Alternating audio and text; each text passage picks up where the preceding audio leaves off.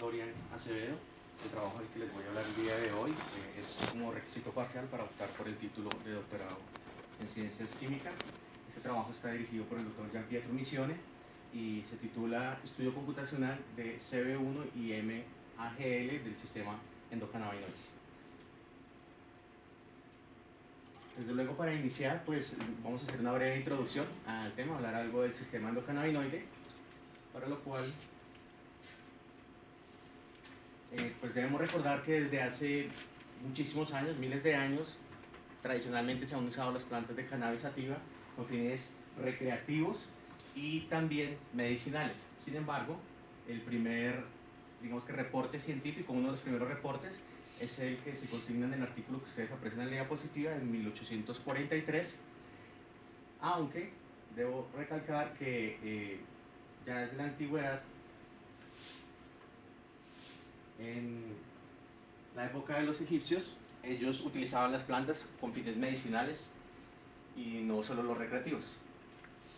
Sin embargo, este conocimiento se dejó de lado durante muchísimo tiempo, hasta que finalmente en 1964 se logra elucidar el compuesto activo que es el responsable de los efectos psicoactivos del cannabis sativa, que es el THC, el compuesto que ustedes aprecian en pantalla, y esto permitió preguntar qué pasaría si nosotros tenemos receptores al respecto y si tenemos receptores, si tenemos un sistema completo, y desde luego la respuesta nos llevó a descubrir el sistema endocannabinoide, cuya función principal es la de mantener la homeostasis en los procesos del cuerpo, en todos los sistemas, en todos nuestros sistemas, y se encuentra también muy ligado a la regulación del sistema neuronal y tiene como peculiaridad que se comunica de forma diferente a lo que tradicionalmente ha sido aceptado para las neuronas.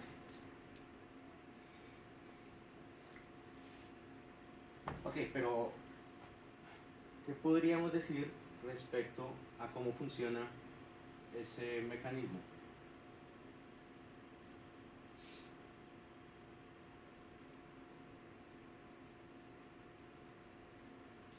Entonces, la primera parte es llegar el impulso nervioso a la presinapsis, que es la parte de arriba del video. En la presinapsis hay unas vacuolas donde están almacenados los neurotransmisores, puede ser calcio o en este caso GABA. Viajan a través del intersticio neuronal, llega a la postsinapsis, se une a unas proteínas específicas que abren unos canales para que el calcio ingrese y de esa manera continúe la señal eléctrica hasta que se despolariza a cierta cantidad de calcio y el impulso eléctrico continúa. Ese es el mecanismo, digamos que tradicional, por el cual se comunican las neuronas. Sin embargo, como les mencioné, el sistema endocannabinoide tiene una particularidad y es que no lo realiza de esa forma. Estamos viendo pues el impulso que llega, activa los dispositivos donde están almacenados el calcio y los otros neurotransmisores, se genera el impulso hacia la postsinapsis y en ese momento, a una determinada concentración del neurotransmisor, que puede ser calcio, cuando se genera la despolarización, se empieza a sintetizar en ese instante el nuevo neurotransmisor que va a viajar hacia la presinapsis. Es decir, una diferencia muy marcada es que no se almacenan en razón de que son compuestos lipídicos y se sintetizan a demanda, básicamente. Una vez que se sintetiza, este compuesto viaja a la presinapsis, donde se va a unir a un receptor, una proteína tipo A, y cuando se une, genera un cambio en los canales iónicos que se cierran e impiden el paso de calcio hacia la postsinapsis, y de esa manera se regula el mensaje, se suspende la comunicación entre pre y postsinapsis.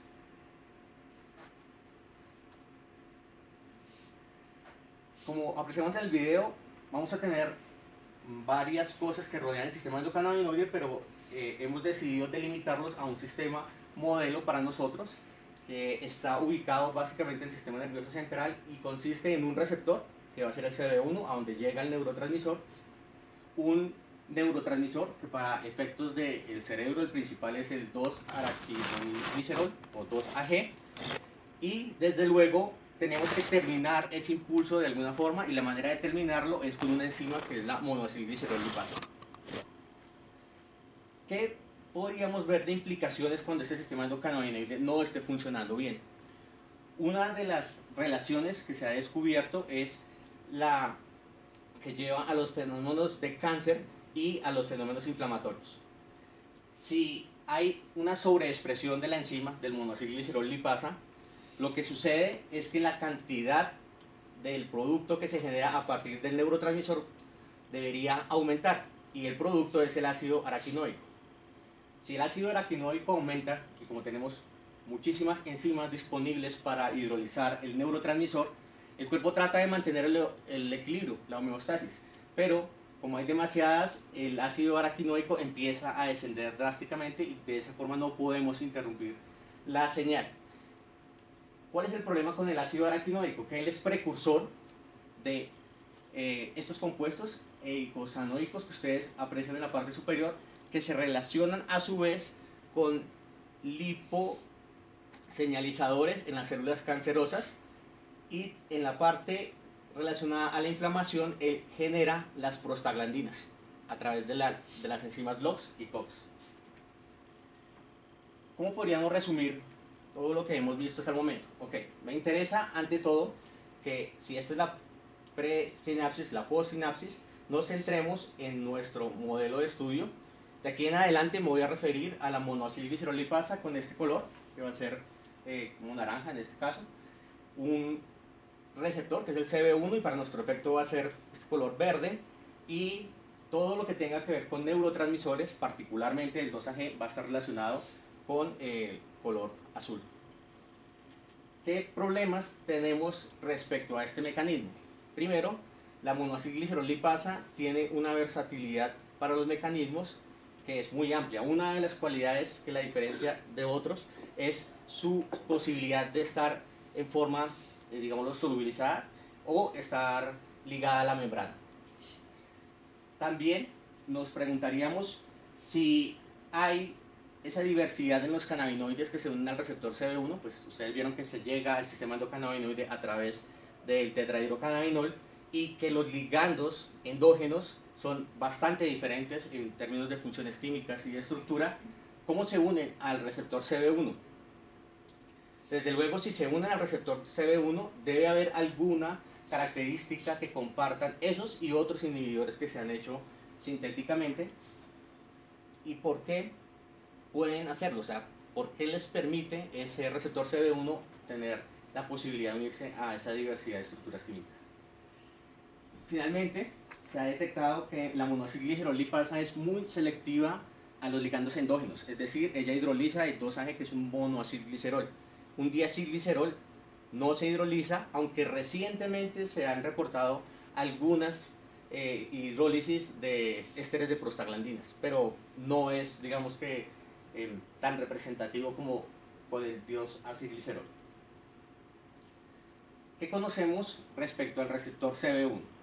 El receptor CB1 hace parte de una amplia familia que está en el cuerpo, que son las proteínas tipo GPCR, es decir, que están acopladas, y al pertenecer a esa familia tiene, digamos que, unas particularidades. Básicamente lo que hacen es ser estimulados por un señalizador y desencadenar una respuesta en la célula. No se contaba con un cristal de esta estructura, una proteína transmembranal. Hasta el año pasado se reportó el primer cristal, cuyo código en una base de datos es el que ustedes aprecian en la diapositiva, y este año se han reportado 3 más por el mismo grupo.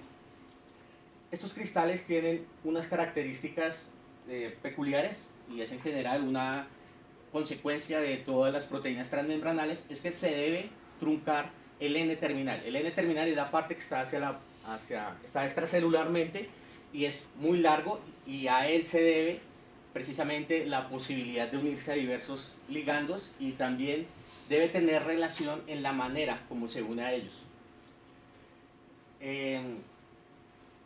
Esto es simplemente para reforzar la posibilidad que tienen de unirse a diferentes ligandos. Y otra cosa característica es que, pues, como les mencionaba, ese N-terminal está truncado y es el responsable de esa selectividad. Si asumimos que esta forma en B, que es esta línea amarilla que ustedes ven acá, corresponde al N terminal, y asumimos que esa forma no se debe a las modificaciones realizadas en la estructura transmembranal, ni se debe a la influencia del ligando que se utilizó para poder obtener el cristal. Podríamos describir algunas características en función de esa B, aunque con algunas reservas. Esta es una estructura típica de este tipo de familia de proteínas, que consta de 7 hélices alfa transmembranales, y por estas hélices alfa, a través de esas hélices alfa, debería ingresar cualquiera de los ligandos. Eso pues debe tener alguna relación con la composición que tienen esas hélices alfa y la manera como permiten el ingreso de diferentes ligandos. El ligando con el que se cristalizó es este código, y simplemente quiero que observemos que es un entorno que está rodeado por residuos de aminoácidos hidrofóbicos, bastante hidrofóbicos, y en esta parte que es, hagan de cuenta, un corte, pues una corte 3D, seguramente algunos residuos no están considerados, pero también apreciamos una tendencia a residuos de aminoácidos bastante lipofílicos, con algunos grupos polares de residuos como mantienen el equilibrio con este ligando. Otras características que tienen más ligandos, es decir, más compuestos que se unen al receptor CB1, es que básicamente son moléculas que están compuestas de una parte lipídica y con uno o más grupos polares.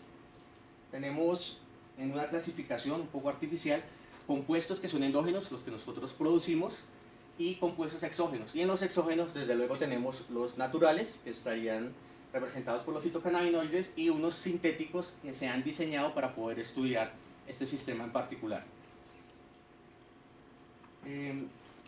Estos dos que aprecian es la estructura que tienen los ligandos endógenos. Noten cómo es de diferente respecto a los fitocannabinoides, y a pesar de que los fitocannabinoides comparten alguna, digamos, del andamio de los compuestos sintéticos, no son del todo equivalentes. Respecto a la enzima, que es nuestra monoacilglicerol lipasa, la encargada de determinar la señalización de hidrolizar el neurotransmisor, pertenece a la familia de las alfa-beta hidrolasas, que es una familia amplia y tiene bastantes cristales, a diferencia del CB1. Tiene tiene 12 cristales reportados hasta el momento, y también se caracteriza porque todas las alfa-beta hidrolasas constan de una triada catalítica. En la triada catalítica de esta enzima particular vamos a tener una serina, una histidina y un aspartato. El dímero que constituye esta enzima, a diferencia de otros, no es completamente simétrico. Se han detectado algunas ligeras diferencias, y esas diferencias es parte de la explicación que se le ha dado al comportamiento peculiar que tiene esta enzima. Como el mecanismo por el cual se realiza completamente la catálisis no se ha definido en concreto. ¿Por qué no se ha definido en concreto? Porque hay otras cualidades de la enzima que para algunos grupos han sido más atractivos. Desde luego no podríamos contar con la explicación completa de todos los posibles lugares del sitio activo. Particularmente, y basados en la información cristalográfica, se sabe que el sitio activo de esta enzima consta de 3 zonas. Una zona en la cual se aloja la parte lipofílica, una zona en la cual se aloja la parte hidrofílica, y una parte que se asume debe tener una participación en el mecanismo para estabilizar un intermediario tetaédrico.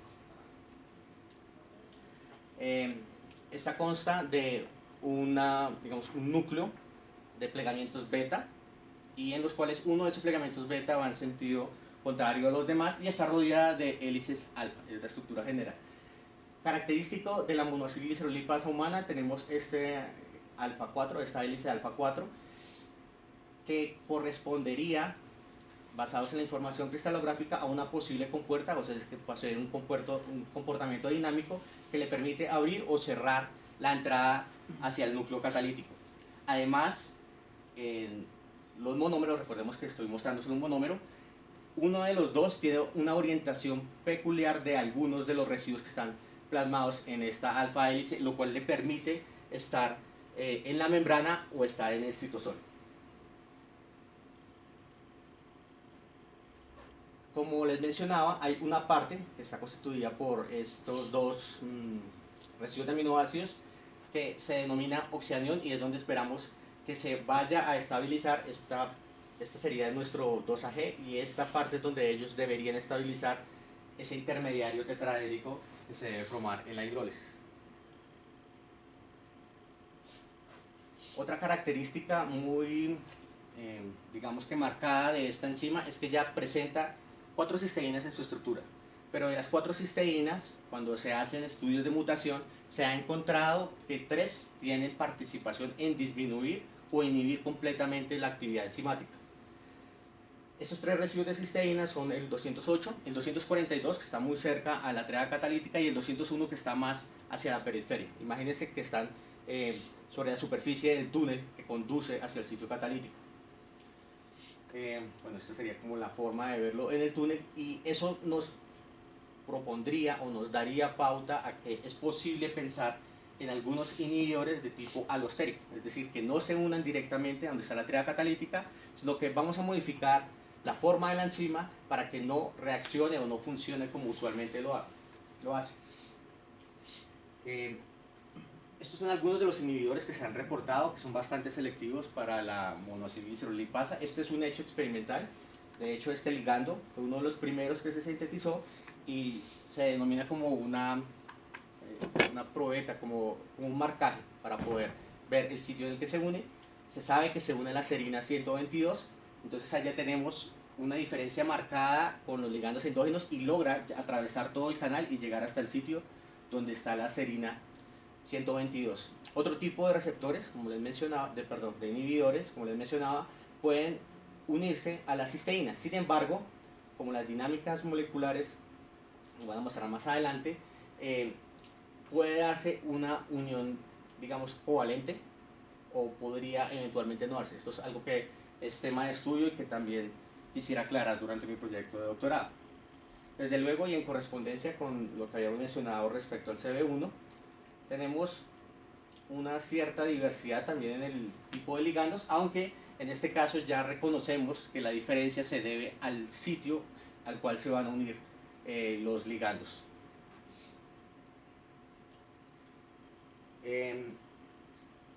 Como les mencionaba, no hay un mecanismo formalmente propuesto. Hay para bastantes de estas familias, pero para esta en particular no lo hay.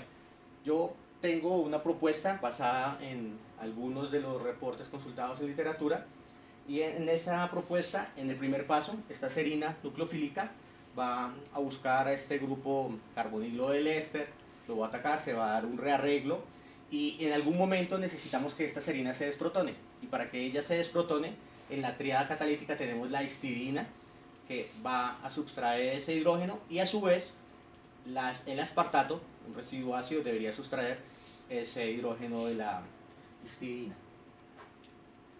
Con esto llegaríamos a estos compuestos intermedios, y esto sería el estado de protonación de los residuos de aminoácidos. Debería llegar el agua para que se realice la hidrólisis. El agua va a atacar a este carbono deficiente. Se va a dar nuevamente un rearreglo. El grupo alcohol del glicol va a recuperar su hidrógeno, y finalmente vamos a obtener el ácido y el glicol, que son los productos que se esperan. ¿Qué necesitamos ahora? Que los residuos catalíticos se regeneren.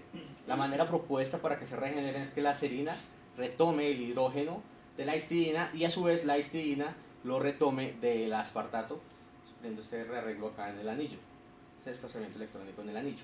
Este es el grupo R que mencioné, y de esa manera llegaríamos a los 3 residuos de aminoácidos en su posición inicial y listos para continuar con el ciclo catalítico.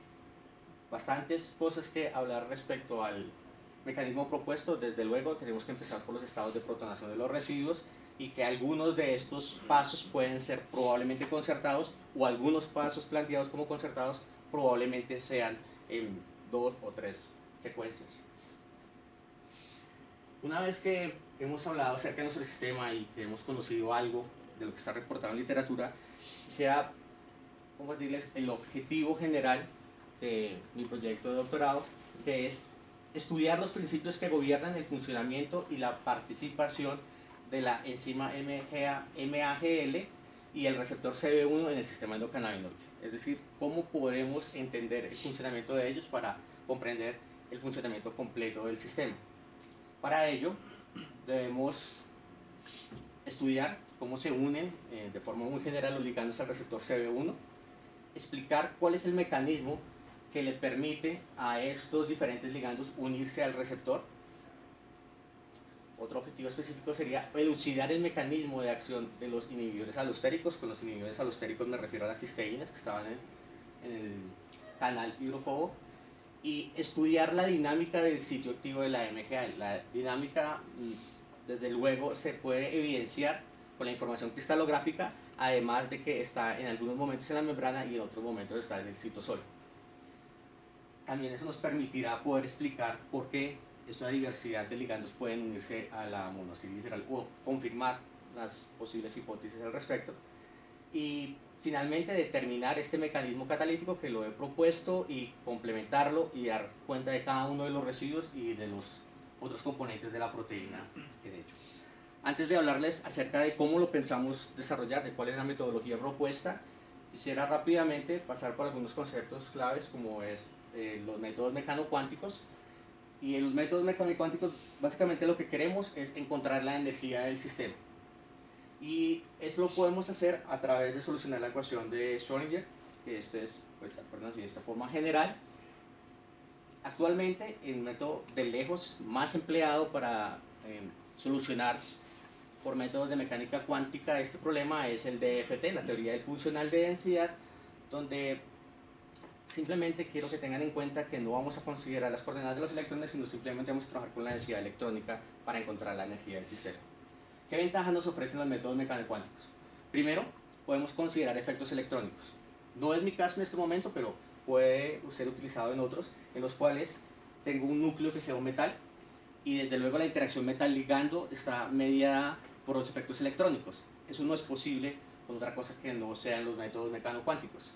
También podemos dar cuenta de formación y de rompimiento de enlaces, y además estos métodos nos permiten poder tener una forma detallada y precisa un perfil de la reacción, obteniendo todos los pasos intermedios, los productos, los mínimos, los estados de transición, etc.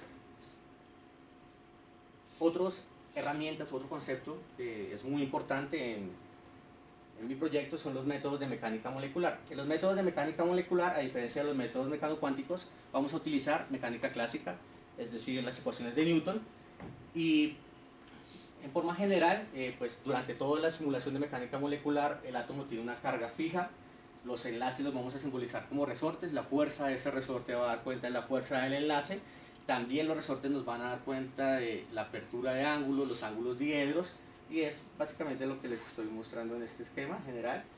Y todo ese conjunto se conoce como un force field cuando estamos hablando de los tipos de átomos que hay, que se recolecta información experimental y se prueba. Tenemos esta función general, sobre la cual no voy a entrar en detalle. Perdón. Quisiera simplemente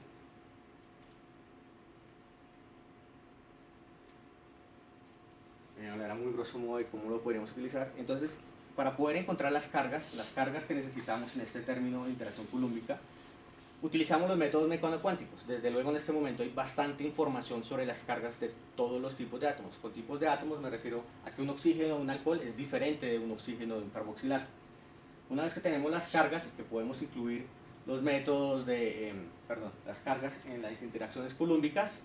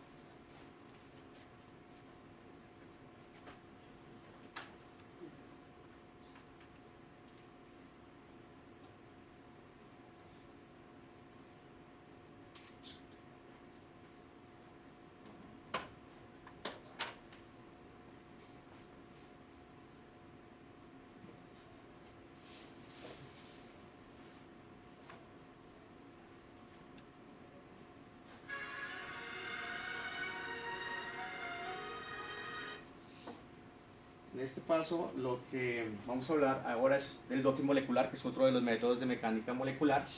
Y en este método básicamente vamos a buscar compuestos que interactúen con el sitio activo. Una vez que hemos identificado compuestos que interactúen con el sitio activo, lo que queremos es evaluar qué tan fuerte es esa interacción. Eso lo vamos a hacer a través de un delta G de enlace. Esto nos va a permitir a su vez clasificar cuáles son las interacciones más fuertes, cuáles son los mejores ligandos para unirse a nuestro sitio activo, y es, complementándolo del video, básicamente lo que está en este esquema a grandes rasgos. Este es un diagrama que permite, digamos, que esquematizar la forma como la mayoría de software que utilizan el docking molecular operan.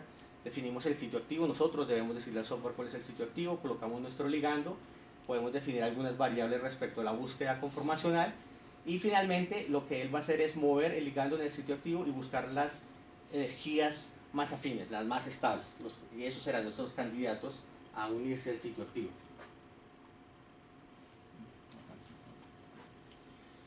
En forma general, en forma gráfica, podríamos esquematizarlo de esta manera. Tenemos la proteína según el ligando y tenemos la proteína en forma complejo. Este sería el esquema general de esa energía de afinidad.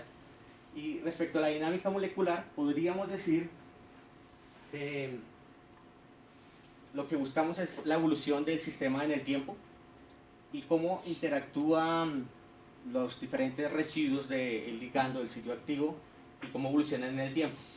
Esto lo encontré en una diapositiva y me parece bastante interesante porque todas las preguntas que están acá podemos responderlas particularmente con los métodos de mecánica molecular.